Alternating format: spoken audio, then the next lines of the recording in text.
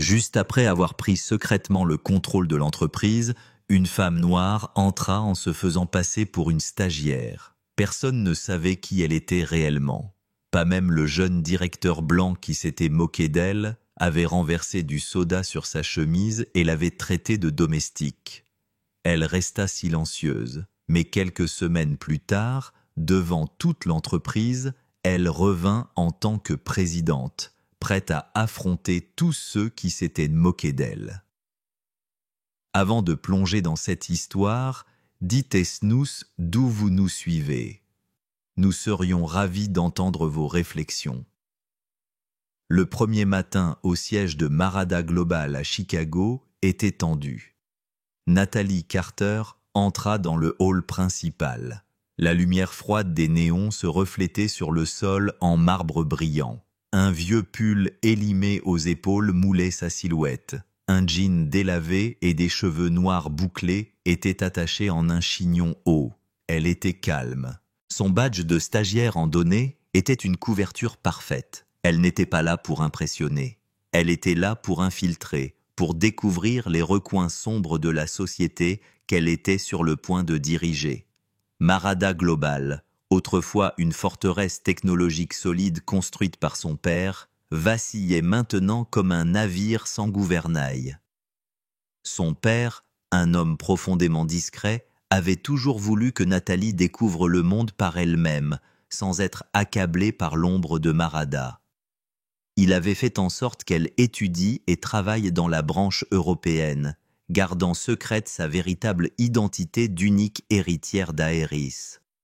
Seul Arthur Caldwell, président du conseil d'administration et confident de son père, était au courant du plan et prêt à apporter son soutien discret.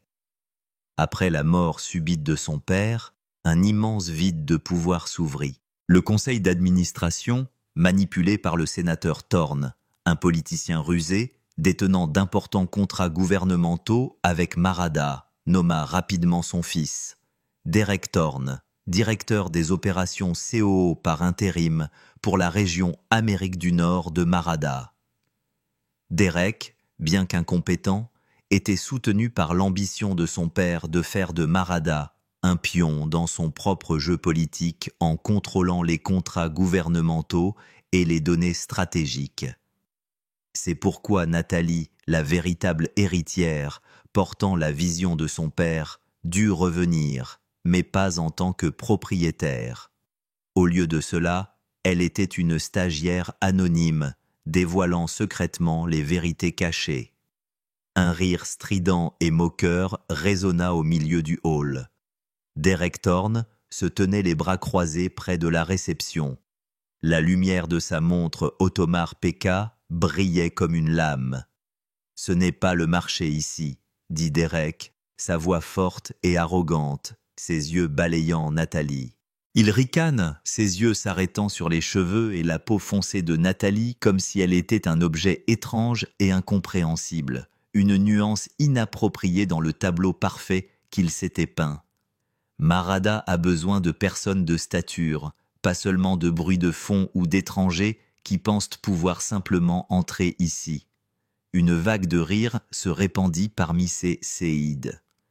Ce qui avait attiré l'attention de Derek n'était pas seulement l'apparence modeste de Nathalie, mais aussi des informations qu'il avait accidentellement entendues du service des ressources humaines.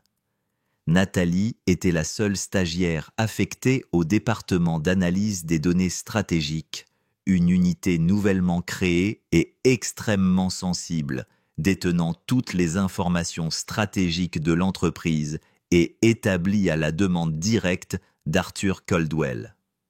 De plus, elle était la seule stagiaire envoyée par la société mère européenne sans dossier public ni référence, comme un fantôme apparu soudainement. Il sentait une menace invisible, une épine dans l'œil.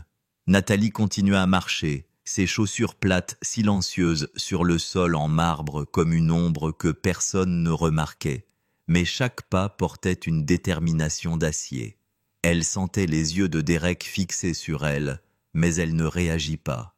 Les premières rencontres de Nathalie avec Derek n'étaient que le début. milieu d'une présentation sur un nouveau système de sécurité, les lumières de l'auditorium se mirent soudainement à clignoter, puis s'éteignirent complètement. Le grand écran devint noir. Un léger halètement de surprise, puis le chaos commença à se répandre. Derek Thorne, au premier rang, ricana. Sa voix résonna moqueuse dans l'obscurité. Encore une panne du système. Ces techniciens doivent être dépassés. Les machines ont besoin d'esprits commerciaux pour fonctionner, pas seulement de cerveaux coincés dans une salle de serveur. Il parla assez fort pour que Nathalie, à l'arrière, l'entende. Ou peut-être que le système n'est pas habitué aux mains maladroites de ceux qui n'ont pas la même couleur de peau que nous, surtout les connexions venues de nulle part, avec des antécédents troubles. Sa voix était chargée de sous-entendus racistes et xénophobes, comme une lame empoisonnée lancée dans l'air, visant directement Nathalie, insinuant ses origines européennes mystérieuses. Dans l'obscurité, Nathalie resta calme. Elle s'approcha silencieusement d'un petit panneau de commande à proximité où des voyants clignotaient. Tous les autres paniquaient. Personne ne fit attention. Elle tapa rapidement une série de commandes complexes dans le système de sécurité auxiliaire, connu seulement des meilleurs ingénieurs en données. En moins de 15 secondes, les lumières se rallumèrent et le grand écran afficha parfaitement la présentation. Un haut de surprise retentit, suivi de quelques applaudissements épars, puis d'une salve d'applaudissements tonitruantes. Derek lança à Nathalie un regard tranchant comme un rasoir, essayant de trouver des preuves. Il murmura assez fort pour qu'elle l'entende. Coup de chance stupide. Quelqu'un de l'extérieur a dû l'aider, ou c'est une drôle de coïncidence. Nathalie haussa simplement les épaules, son visage impassible. Un regard froid et entendu traversa ses yeux alors qu'elle regardait directement Derek. Nathalie n'avait pas besoin de reconnaissance. Elle avait juste besoin que Derek sache que quelque chose lui échappait et que ceux qu'il méprisait, en particulier une stagiaire mystérieuse venue d'Europe, pouvaient faire des choses qu'il n'aurait jamais imaginées. Leur bataille silencieuse venait de commencer par un déclic que personne n'avait remarqué. L'élan de pouvoir établi dans l'auditorium se répandit dans la routine quotidienne de Nathalie. Son bureau n'était pas au sous-sol, mais dans les archives de données, un coin isolé du 2e étage. Les serveurs bourdonnaient comme une ruche, et les néons clignotaient sans cesse. Cet endroit était autrefois le cœur de Marada, mais il était désormais considéré comme un héritage obsolète, un lieu réservé à ceux qui étaient moins importants. Cependant, le département d'analyse des données stratégiques se trouvait également ici, ce qui signifiait que toutes les données sensibles étaient traitées dans cet espace discret et inaperçu. Nathalie savait que cet isolement n'était pas seulement une partie de la stratégie d'anonymat que son père et Arthur Caldwell avaient élaborée, mais aussi son premier test d'adaptabilité et de résilience. Cet emplacement lui permettait d'accéder à d'anciennes données, passées inaperçues, contenant de nombreux indices cruciaux sur l'histoire de l'entreprise et les éventuels actes répréhensibles. Le travail quotidien de Nathalie ne se limitait pas aux données. Il s'agissait de naviguer dans une culture de préjugés sous-jacents et omniprésents. Elle remarquait les petites négligences, la manière dont certains employés de couleur se voyaient constamment attribuer des projets moins visibles, ou comment les propositions des employés étrangers étaient souvent ignorées lors des réunions. Ce n'étaient pas des insultes bruyantes, mais une subversion silencieuse et insidieuse. Elle observait comment les réseaux informels, les after-work et les conversations internes excluaient subtilement ceux qui n'étaient pas considérés comme l'un des nôtres. Un après-midi, un jeune analyste enthousiaste nommé Ben, fraîchement diplômé d'un programme technologique diversifié, semblait très déçu après une réunion d'équipe. Derek Thorne avait habilement rejeté son idée novatrice, louant une idée moins originale d'un de ses flagorneurs. Ben croisa brièvement le regard de Nathalie, une lueur de frustration partagée scintillant entre eux avant qu'il ne détourne les yeux, visiblement sur ses gardes. Nathalie lui fit juste un léger signe de tête encourageant, un geste d'acquiescement presque imperceptible. Plus tard dans la journée, Nathalie trouva un morceau de papier anonyme glissé sur son bureau. C'était une impression d'une ancienne note de service interne, soulignant une pratique d'embauche discriminatoire vieille de plusieurs années qui n'avait jamais été officiellement traitée. Une petite inscription. Regardez un peu plus loin, y avait été ajoutée. Le papier n'était pas signé, mais Nathalie savait que c'était un signe. Certains employés s'opposaient silencieusement, incapables de le faire ouvertement. Le silence autour du comportement de Derek n'était pas absolu. C'était un silence de peur, rendant la mission de Nathalie d'autant plus cruciale. Les hostilités sous-jacentes s'intensifièrent lors d'une réunion de l'équipe de développement produit pour un projet critique. L'atmosphère était tendue. Une erreur significative avait été découverte dans le code source. Derek Thorne, dans son rôle de CO par intérim, était assis au premier rang, les yeux pleins de dédain. Il s'éclaircit la gorge, parlant délibérément fort. « Qui a poussé ce code sans vérification approfondie? J'ai besoin d'un nom à tenir responsable. » Il jeta un coup d'œil à Nathalie qui était assise silencieusement dans un coin de la pièce. Il semble que certaines personnes ne soient pas qualifiées pour travailler ici. En particulier celles qui ne comprennent pas la bonne façon de faire les choses, et certainement pas pour toucher à des systèmes stratégiques comme le fait le département des données. Il visait implicitement Nathalie, essayant de minimiser son rôle et ses capacités en matière d'analyse de données, comme pour lancer un défi silencieux. Nathalie garda une expression impassible dans son coin, les bras croisés. Elle ne dit rien. Un silence familier s'installa dans toute la pièce. Cependant, à la fin de la réunion, Nathalie ne partit pas. Elle s'approcha silencieusement d'un ordinateur. Sans un mot, elle tapa quelques lignes de code pour accéder aux journaux du système interne et à l'historique des révisions du code source, informations auxquelles elle avait un accès complet grâce à ses capacités d'analyse de données stratégiques via les autorisations spéciales accordées par Arthur Coldwell. Les données révélèrent un segment de code que Derek Thorne lui-même avait manipulé à la dernière minute, provoquant l'erreur, un acte de sabotage subtil, conçu pour rejeter la faute sur quelqu'un d'autre. Nathalie hocha légèrement la tête, puis quitta silencieusement la pièce, laissant derrière elle une preuve irréfutable dans le système. La répercussion immédiate fut une menace implicite de Derek, qui avait vu l'action de Nathalie et sentait un danger tacite. Les incidents précédents n'étaient que des avant-goûts. Pendant les semaines qui suivirent, Nathalie continua son rôle de stagiaire. Chaque action était méticuleusement enregistrée. Elle consigna la manière dont Derek Thorne bloquait des emails importants, changeait brusquement les calendriers de réunion et fournissait intentionnellement de fausses informations. Il se moquait fréquemment des autres employés qu'il méprisait, les traitant de lents, stupides ou simplement de code-barres. Il ridiculisait même publiquement les autres lors de présentations informatiques internes, qualifiant leurs produits de déchets et insinuant que ceux qui n'étaient pas de son rang ne pouvaient rien produire de valable.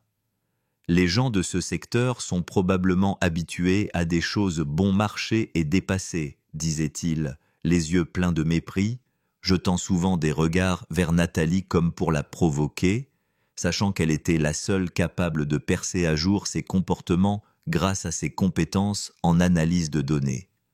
Adélie n'affrontait personne directement. Elle observait, prenait des notes et semait parfois subtilement des graines de vérité par le biais de rapports d'analyse de données anonymes sur la performance du système et les flux d'informations internes envoyés à la haute direction, y compris le conseil d'administration et certains conseillers juridiques indépendants.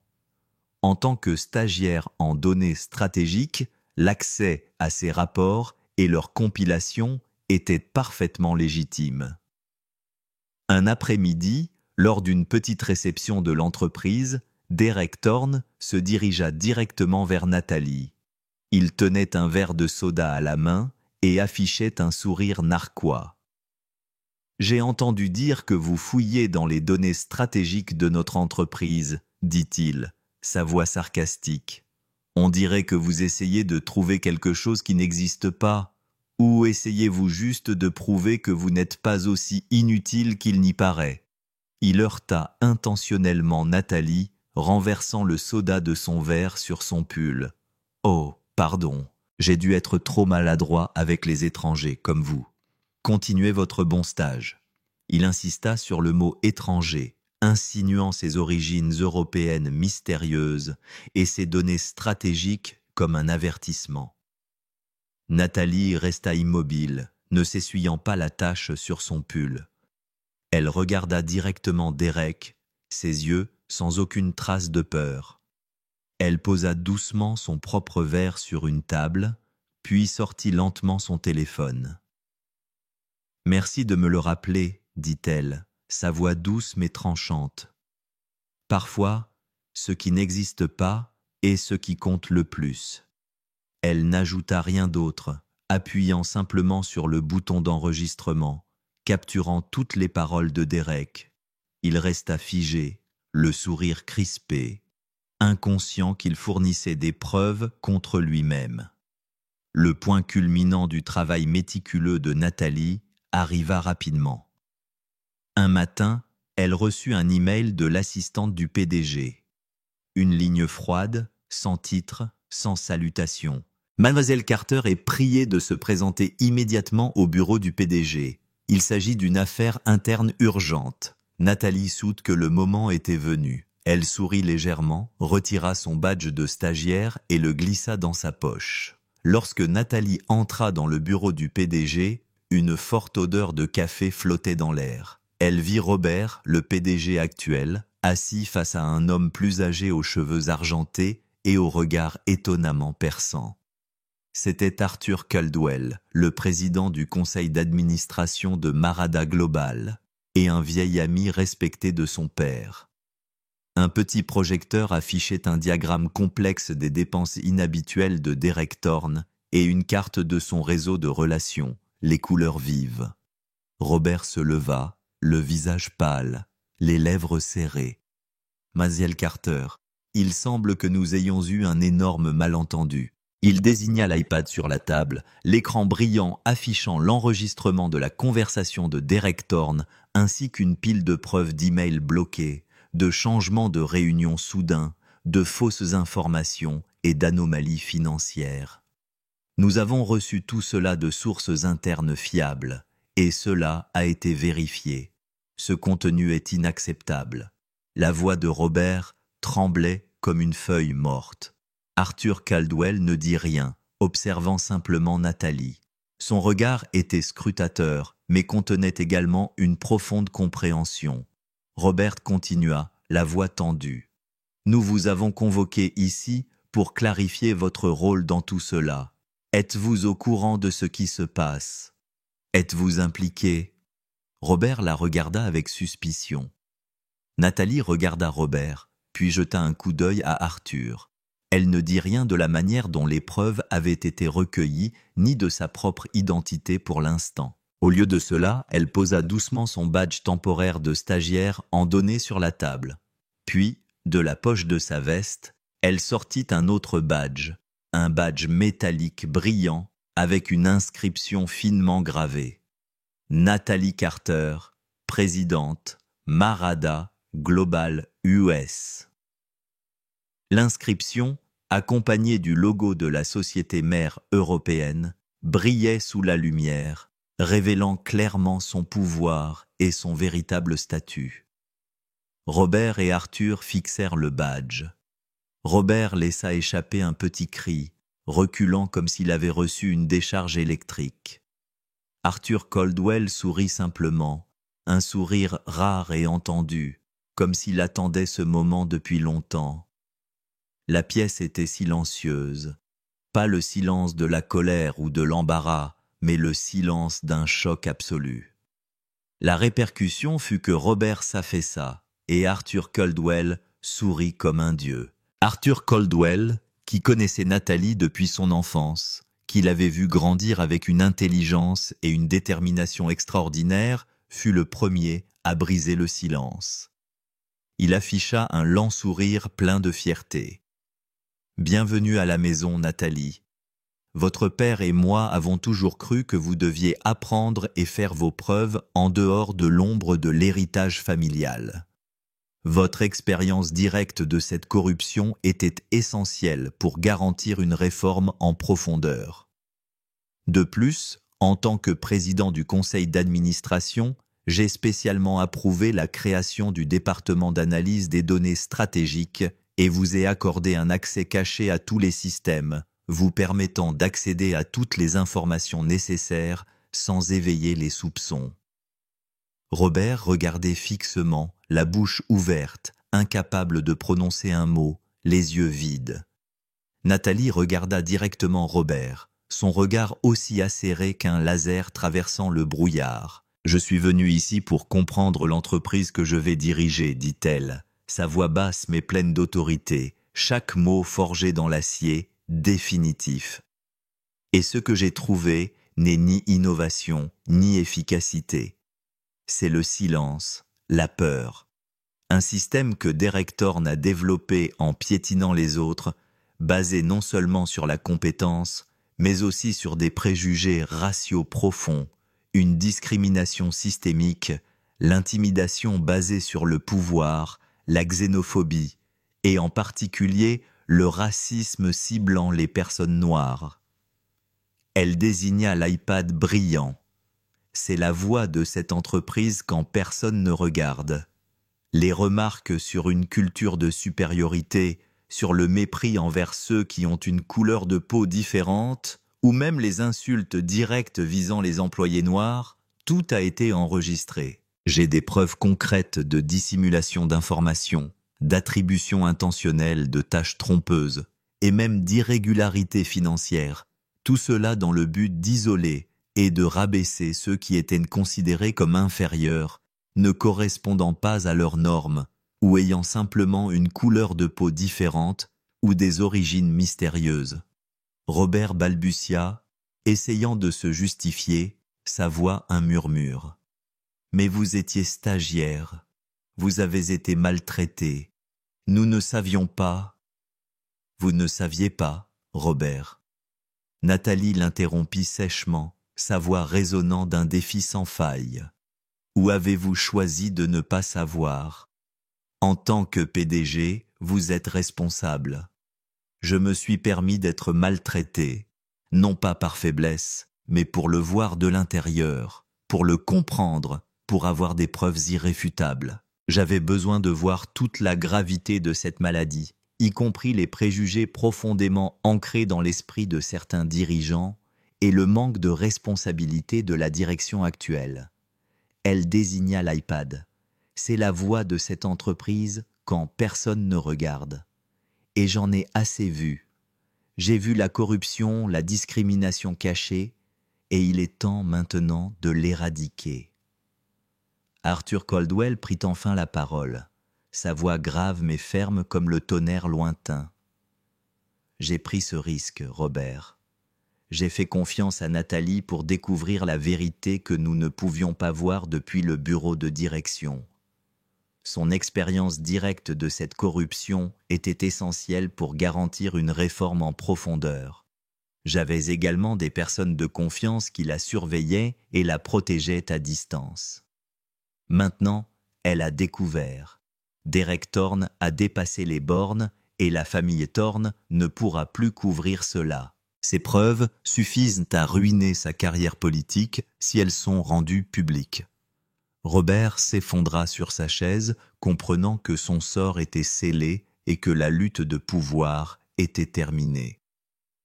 La répercussion fut un silence de mort dans le bureau où même le tic-tac de l'horloge devint assourdissant. La vérité révélée, une révolution silencieuse mais puissante, commença au sein de Marada Global. Il n'y eut ni annonce bruyante, ni réunion d'entreprise pleine d'émotions. Tout se déroula silencieusement, mais de manière décisive, comme une opération chirurgicale précise visant à retirer une tumeur maligne. Derek Thorne, celui qui s'était moqué de Nathalie, était désormais comme une marionnette dont on avait coupé les ficelles. Derek Thorne ne fut pas licencié sur le champ.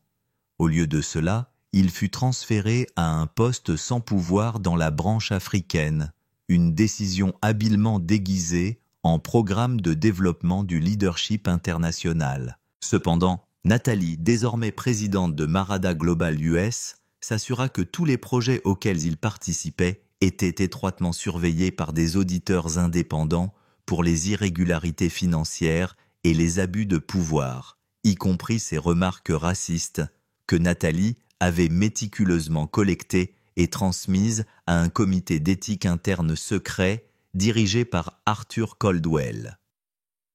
Le transfert de Derek au loin, plutôt que son licenciement immédiat, permit d'éviter une confrontation publique virulente avec le sénateur Thorne dès le début, donnant à Nathalie le temps de consolider sa position et de recueillir des preuves supplémentaires solides avant de lancer une contre-attaque totale. Mais le sénateur Thorne ne resta pas inactif. Il était comme une bête acculée. Peu de temps après le transfert de son fils, une série de violentes contre-attaques s'abattit sur Marada. Des sénateurs proches de Thorne commencèrent à remettre publiquement en question les contrats gouvernementaux de Marada, exerçant une pression sur les agences de réglementation pour qu'elles lancent des enquêtes. Simultanément, une enquête fiscale inattendue fut initiée, ciblant les filiales de Marada, en particulier les départements sur lesquels Nathalie concentrait ses réformes. Ils ne pouvaient pas attaquer directement Nathalie car les preuves étaient trop solides. Ils choisirent donc de créer des perturbations et de retarder les opérations de l'entreprise comme des flèches empoisonnées tirées dans l'ombre. Au même moment, des informations et des preuves concernant le comportement discriminatoire, les abus de pouvoir et les irrégularités financières de Derek Thorne, preuves que Nathalie avait collectées et transmises au conseil d'administration, commencèrent à fuiter à l'extérieur de manière contrôlée. Ces informations furent rapidement exploitées par les tabloïds et les médias sociaux, créant une crise médiatique intense et des rumeurs concernant le plus grand scandale interne de l'histoire de Marada. Le sénateur Thorne, tirant parti de sa position, amplifia ensuite les rumeurs malveillantes concernant Nathalie.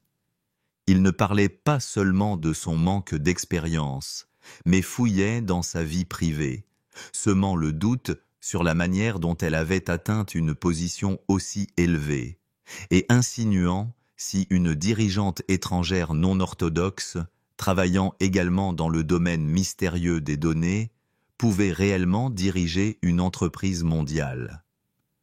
Des articles anonymes firent leur apparition, déformant l'image de Nathalie, la transformant en tyran et destructrice de l'héritage de Marada, tout en n'oubliant pas de souligner son origine ethnique différente et son passé mystérieux comme une tache.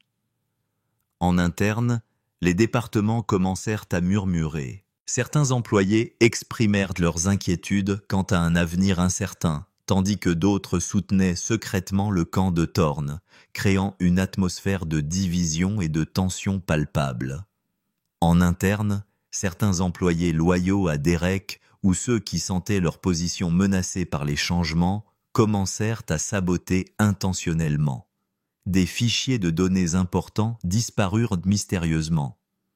Les calendriers de réunion furent brusquement modifiés, et les nouveaux projets de Nathalie furent fréquemment confrontés à des problèmes techniques inexplicables, comme si une main invisible les sabotait. Nathalie savait que ce n'était pas une coïncidence. C'était la guerre. La répercussion immédiate fut une tension sous-jacente qui couvait dans toute l'entreprise. Malgré les pressions internes et externes, Nathalie Carter ne changea pas. Elle continua à porter ses pulls simples, ses jeans et ses baskets comme pour affirmer sa véritable nature. Mais désormais, elle, la présidente de Marada Global US, se déplaçait dans les étages de Marada Global avec une assurance nouvelle et discrète. Tout le monde savait qui elle était, et il savait ce qu'elle avait vu. Lors des réunions, Nathalie ne criait pas. Elle écoutait chaque mot. Elle posait des questions acérées comme des forêts. Elle laissait les autres s'exprimer, encourageant les opinions dissidentes et protégeant ceux qui osaient dire la vérité, en particulier les voix qui avaient été ignorées en raison de leur origine, de leur statut social ou de leur couleur de peau. La culture du silence, les préjugés sociaux, l'intimidation basée sur le pouvoir et le racisme furent brisés, non pas par une forte explosion, mais par des milliers de murmures prudents et finalement par les voix fortes et confiantes d'un collectif plus diversifié, où la valeur humaine était reconnue non pas par la lignée, l'apparence ou la couleur de peau. Un matin, Nathalie traversa la cantine. Elle vit quelques employés en pleine conversation. Elle leur fit un signe de tête. Ils lui rendirent son signe de tête, leurs yeux pleins de respect et de gratitude. Elle savait qu'elle avait fait ce qu'il fallait. Cependant, la bataille n'était pas encore terminée. Immédiatement après l'épuration interne, Marada dut faire face à une crise de communication de données et à des enquêtes en cours qui s'abattirent comme un tsunami. Les agences de presse commencèrent à poser des questions sur les changements de personnel soudains et des rumeurs concernant un scandale interne commencèrent à se répandre. Ces rumeurs furent amplifiées par le camp du sénateur Thorne, dans le but de discréditer Nathalie et de semer le doute sur la capacité de leadership d'une femme noire avec un passé mystérieux et une position apparemment insignifiante mais puissante au sein du département des données. Le marché boursier réagit négativement. Les actions de Marada chutèrent comme une alarme. Lors d'une conférence de presse d'urgence, Nathalie, toujours d'apparence modeste mais les yeux déterminés, se présenta devant des centaines d'objectifs de caméras et de journalistes sceptiques. Elle n'évita aucune question, se tenant droite comme un phare. Elle reconnut publiquement qu'il existait de graves problèmes d'éthique, de discrimination et de gestion au sein de l'entreprise. Mais elle ne blâma pas publiquement des individus spécifiques. Au lieu de cela, elle se concentra sur la nouvelle vision de Marada, une entreprise basée sur la transparence, l'équité, le respect de la dignité humaine, quelle que soit l'origine ou la couleur de peau, et l'engagement à construire un environnement de travail diversifié et inclusif. Elle annonça une série de nouvelles initiatives en matière d'éthique d'entreprise, de politiques anti-intimidation et de programmes de diversité, mettant particulièrement l'accent sur la création d'opportunités pour les groupes minoritaires. Nathalie réfuta également avec assurance les accusations infondées concernant son manque d'expérience et les doutes sur ses capacités de leadership en présentant des plans stratégiques et financiers clairs pour l'avenir de Marada, prouvant qu'elle n'avait pas seulement de l'intégrité, mais aussi de réelles compétences. La répercussion fut le silence de ceux qui avaient douté et le cliquetis continu des déclencheurs des appareils photo. Nathalie sortit, le vent léger caressant son visage, portant l'odeur de la ville. Elle inspira profondément l'air vif de Chicago. Elle ne ressentait pas la victoire, seulement un profond sentiment de paix, comme un lac tranquille après la tempête. Elle avait été une princesse rejetée, une présidente opprimée en secret, et maintenant elle était une dirigeante confrontée à de nouveaux défis. Mais elle avait appris que le véritable pouvoir ne réside pas dans ce que vous dites le plus fort ou dans vos origines, mais dans ce que vous faites en silence, Comment vous écoutez les voix ignorées? Comment vous leur donnez les moyens de s'élever? Et comment vous affrontez courageusement chaque tempête, reconstruisant un système plus fort, où chacun est traité équitablement, quelle que soit sa couleur de peau ou son origine. Avec la crise initiale maîtrisée et une nouvelle vision tracée, Marada Global commença lentement à se redresser.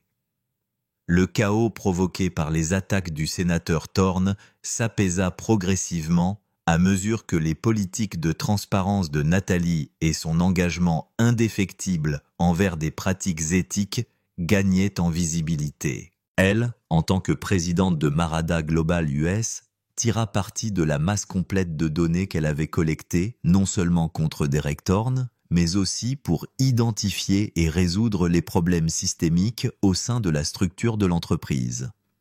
Cela signifiait rationaliser les processus obsolètes, investir massivement dans une nouvelle infrastructure de données sécurisée et mettre en œuvre des programmes de développement des employés sans précédent, axés sur l'inclusion et la méritocratie. Les actions de l'entreprise, après la chute initiale, commencèrent à croître régulièrement. Ceci fut alimenté par la confiance retrouvée des investisseurs dans la vision de Nathalie et les améliorations tangibles dans la performance opérationnelle et l'image publique de Marada.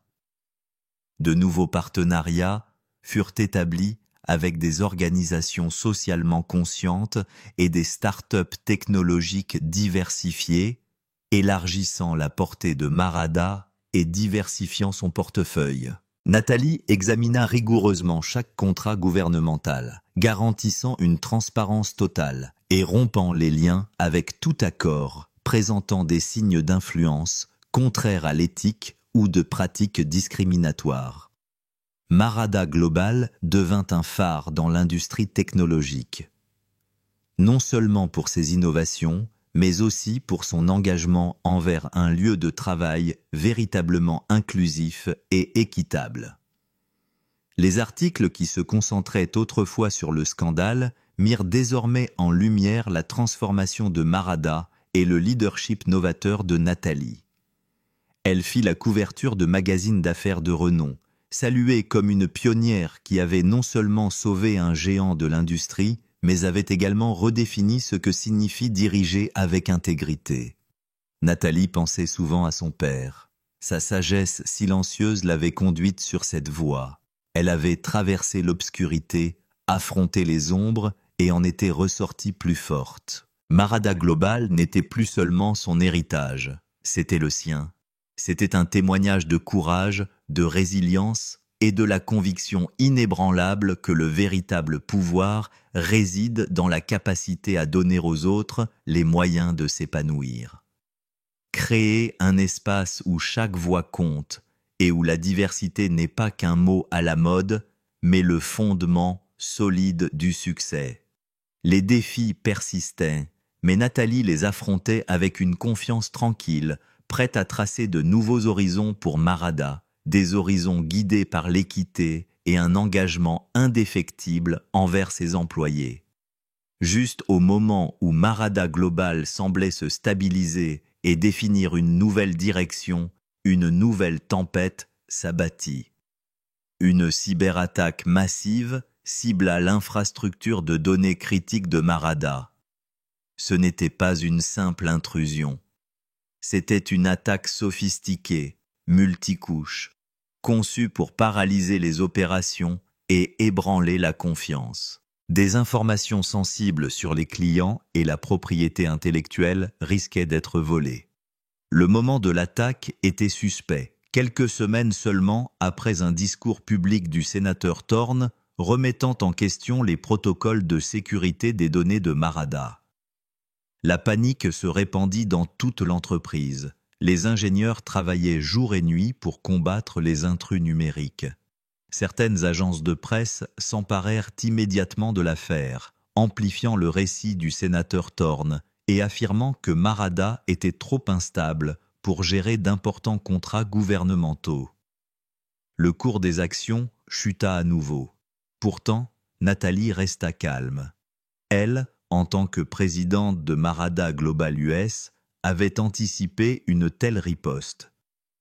Grâce aux réformes antérieures et à l'investissement dans une nouvelle infrastructure de données du chapitre 10, celle-ci était robuste et équipée de défenses avancées. Elle activa l'équipe de réponse à la crise, un groupe d'experts diversifiés qu'elle avait personnellement constitué, dont beaucoup avaient été auparavant négligés en raison de leurs origines. Partagez avec nous des histoires inspirantes en cliquant sur j'aime et en vous abonnant. N'oubliez pas d'activer les notifications pour commencer chaque nouvelle journée avec des leçons profondes et une empathie sincère.